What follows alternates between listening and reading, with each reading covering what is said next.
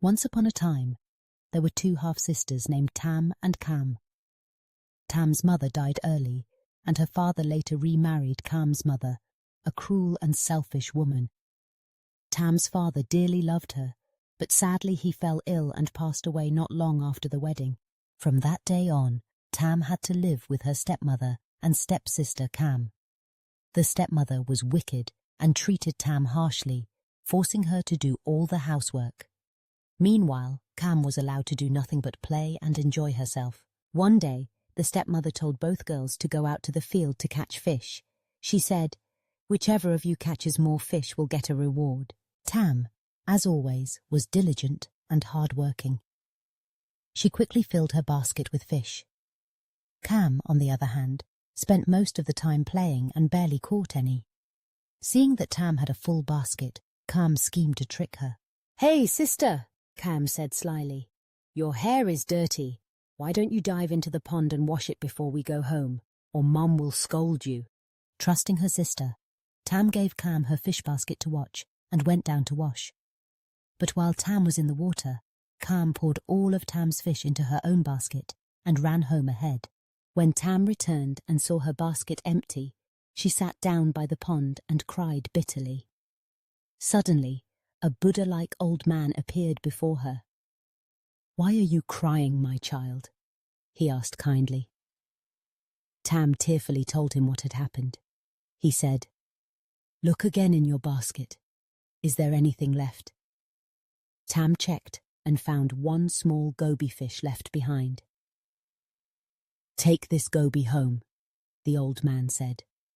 "Put it in your well and feed it daily.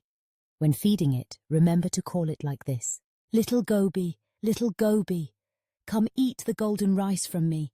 Don't eat the stale rice and gruel from them.'" After saying this, the old man vanished. Tam followed his instructions carefully. She fed the goby daily, always saving part of her meal for it. In a short time, the goby grew large and strong, but the stepmother noticed Tam going out to the well every day and grew suspicious. She told Cam to follow and spy on her. Cam returned and reported everything. The next morning, the stepmother sent Tam to graze the buffalo far away in the village outskirts. She told Tam, "Our village doesn't allow grazing near the rice fields. Take the buffalo far away, or the villagers will take it." While Tam was gone, the stepmother and Cam went to the well. Cam called to the goby using Tam's words. The goby came up thinking it was Tam, and they caught it and cooked it.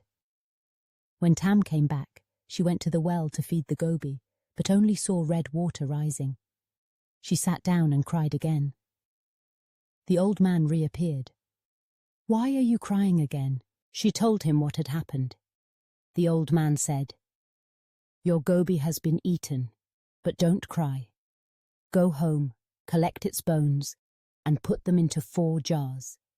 Bury them under the 4 legs of your bed." Tam looked for the bones but could not find them. Then a chicken came up and said, "Cluck, cluck, cluck. Give me a handful of rice and I'll scratch out the bones for you." Tam gave it rice, and the chicken went to the stove, scratched through the ashes, and found the bones. Tam buried them as instructed. Not long after, the king announced a royal festival. Everyone dressed up and went to the festival. The stepmother and Cam woke up early to prepare and left Tam behind. When Tam asked to go, her stepmother poured a basket of rice mixed with husks and told her, "If you finish sorting this, you can go." Tam sat crying again. The old man appeared and summoned a flock of sparrows to help her. In no time, the rice was sorted, but Tam had nothing to wear. She cried again, and the old man appeared once more. "Why are you crying this time?" "My clothes are all torn," she sobbed. "Dig up the 4 jars under your bed," he told her. She did so. In the first jar, she found a beautiful dress. In the second, a pair of embroidered shoes. In the third, a tiny horse. When she placed it on the ground, it magically turned into a real horse. The 4th jar held a saddle and reins. Tam dressed up and rode to the festival. On the way, She crossed a stream and accidentally dropped one shoe. She didn't have time to retrieve it and continued to the palace with the other shoe wrapped in a scarf. At that moment, the royal procession passed the stream, and the king's elephants refused to move. Curious, the king ordered a search and found a tiny embroidered shoe. He admired it and said, "Such a delicate shoe must belong to someone very special." He proclaimed, "Let all the women in the kingdom try on this shoe. Whoever it fits will be my queen." Women lined up to try the shoe, including Cam and her mother, but no one could wear it. When it was Tam's turn, her stepmother scoffed. "Even golden bells lose their ring. What can a clay shard like her do?" But as Tam slipped the shoe on, it fit perfectly. She revealed the matching shoe she had kept.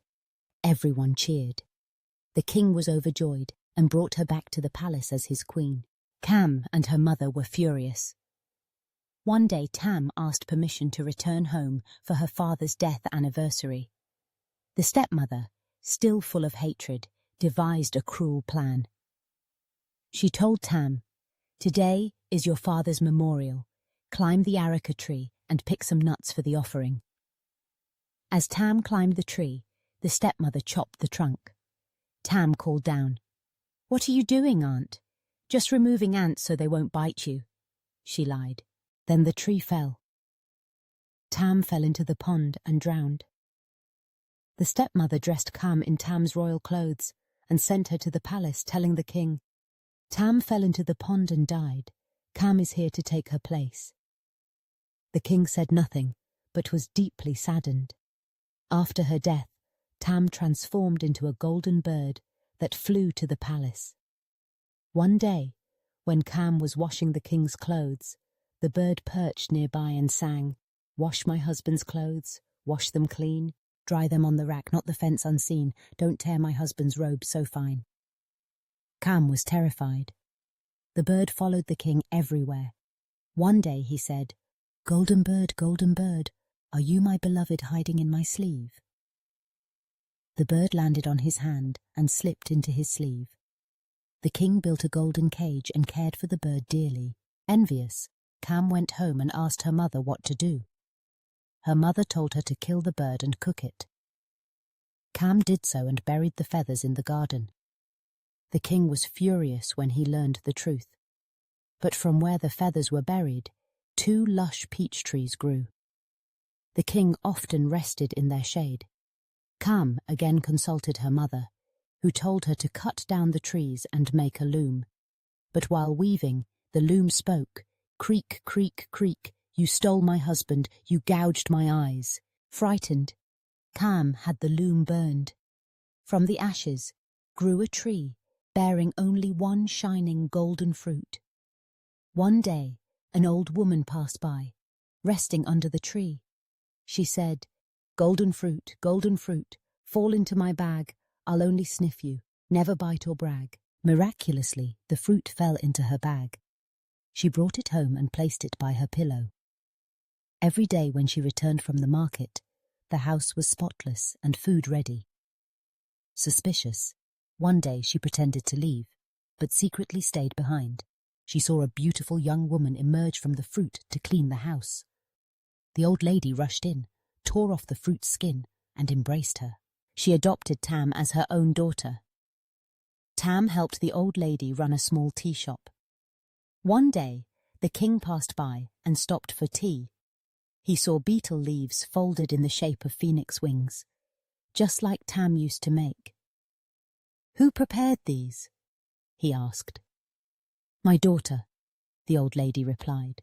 The king met Tam and was overwhelmed with joy. He brought her back to the palace. She told him everything.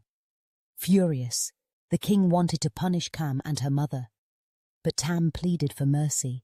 He exiled them instead. As they left the city, a sudden storm came. Both were struck by lightning and died in the fields. From that day on, Tam and the king lived happily ever after.